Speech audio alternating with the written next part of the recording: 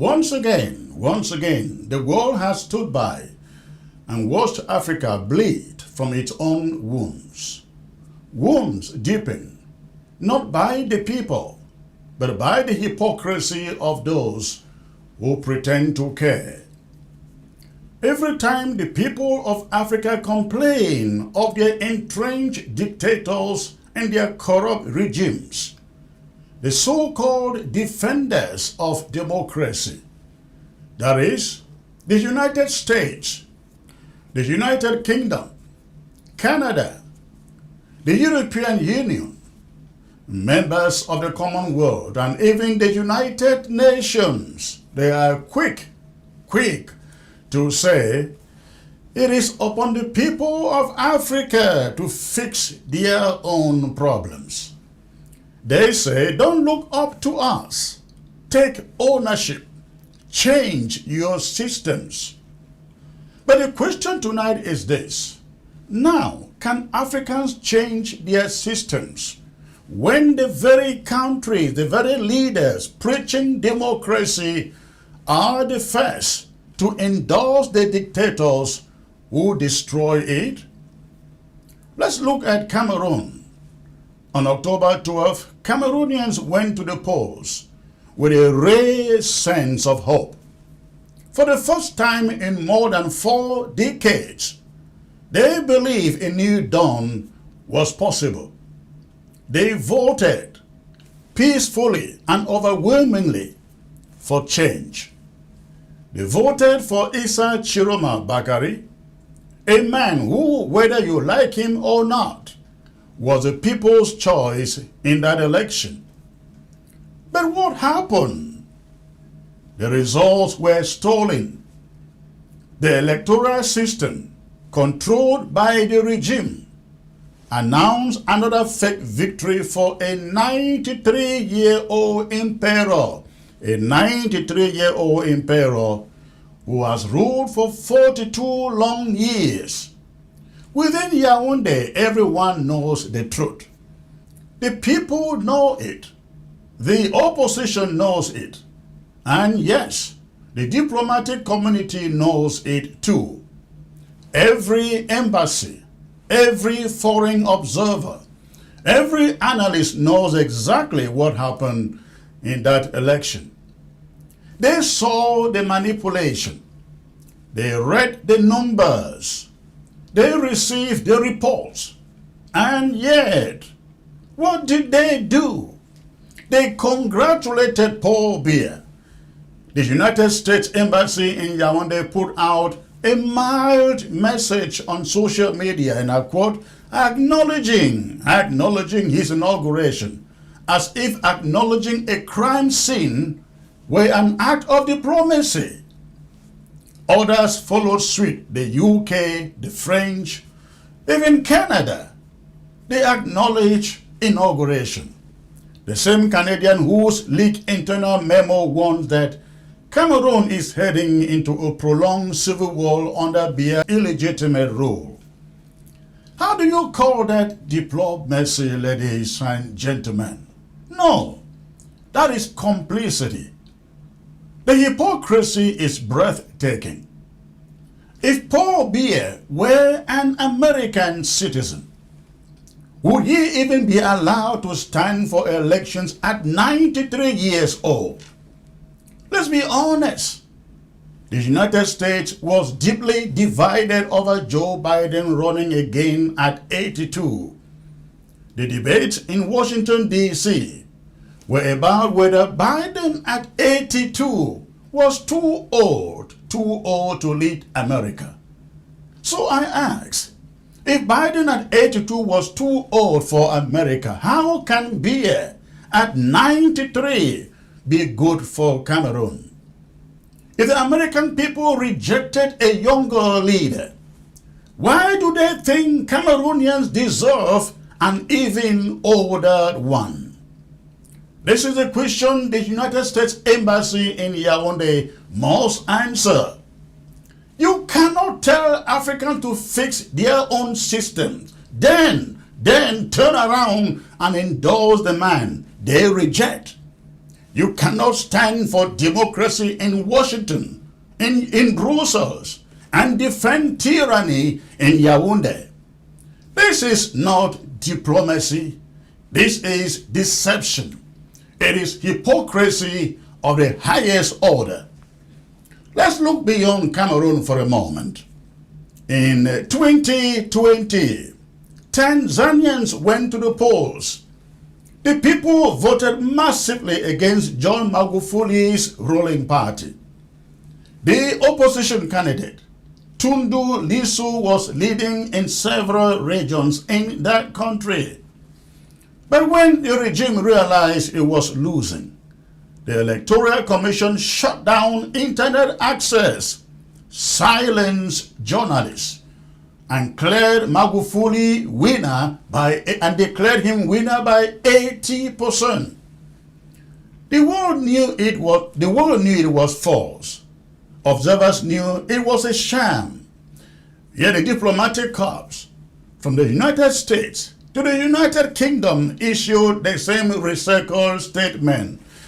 We urge all parties to remain calm, and respect the rule of law. We hear that again and again, isn't it? Remain calm when their votes have been stolen. Respect the rule of law when the law itself is being broken. That, ladies and gentlemen, is the curse of Africa. The double standard that treats African democracy as a sideshow, not a principle. Back to Cameroon. The hypocrisy runs even deeper. The same Western powers that claim to stand for human rights are endorsing a man who no longer even recognizes the people he claims to rule.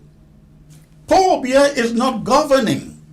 He is being wheeled in for national appearances like a museum piece, an exhibit of what happens when the West mistakes silence for stability. Everyone knows his health is failing. Everyone knows the man is no longer fit to lead. Yet he is paraded once again as Mr. President for life. Because the West prefers a docile dictator they can predict to a new leader they cannot control. And then tomorrow, when the country burns, when citizens are beaten, when protesters are shot, and when refugees flee into Europe and North America, the same West will start preaching again, and I quote, "We condemn the violence. We urge restraint."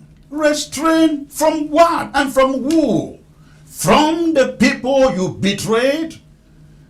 When those same refugees apply for asylum in your countries, they will be told to go home and fix their own problems. The same problems created by the very Western endorsement of the dictators they are fleeing from. It's a vicious circle, sort of. One that keeps repeating itself from Zimbabwe to Uganda, from Congo to Equatorial Guinea, and now to Cameroon.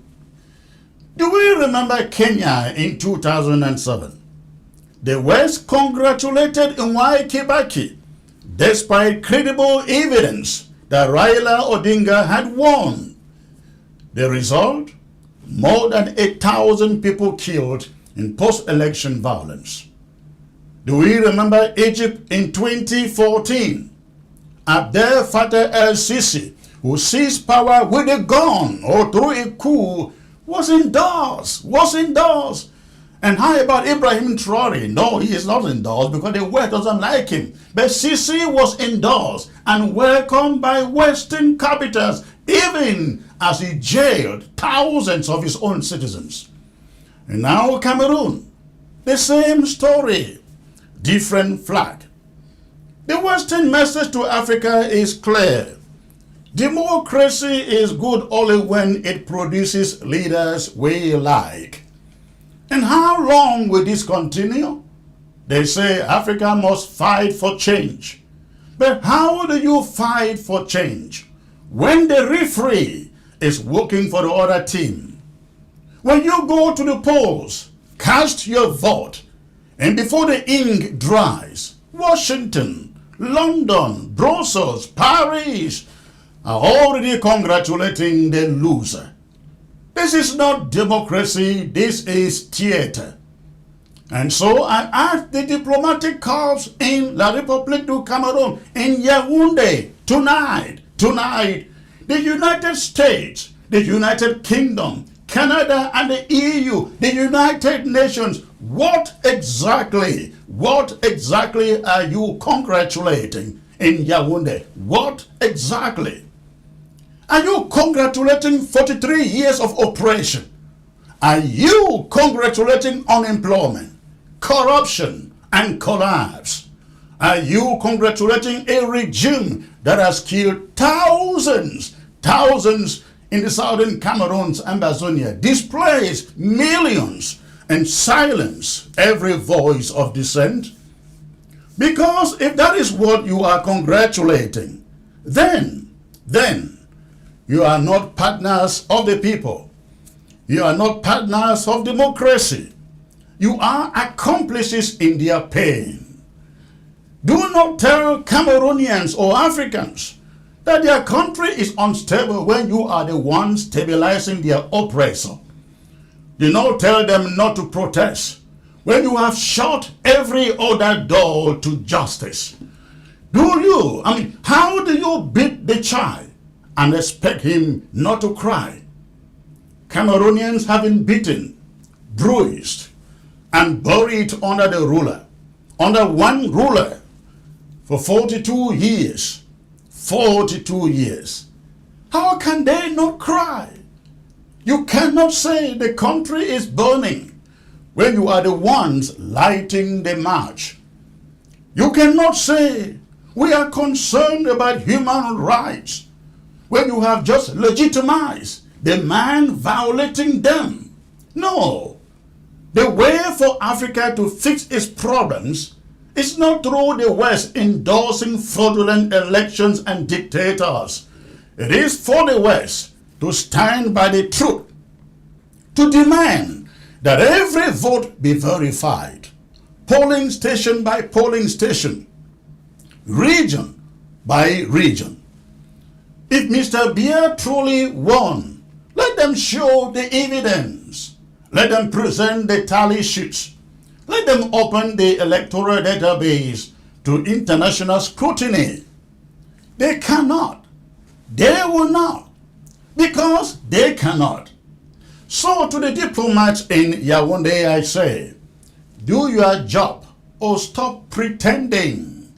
Do your job or stop pretending. Either stand for democracy or stop preaching it to us. Do not congratulate a dictator and then come crying when the country collapses under the weight of your own hypocrisy. Cameroon is bleeding. The people are crying. And the world that claims to be the guardian of democracy is looking the other way. This is not just unfair.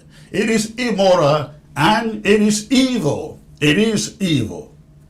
So tonight, let the record show the people of Cameroon voted for change. It was stolen from them, not just by the regime in Yaoundé, but by the silence and the complicity of those who claim to stand for freedom. The emperor has no clothes. The world knows it. The diplomats know it.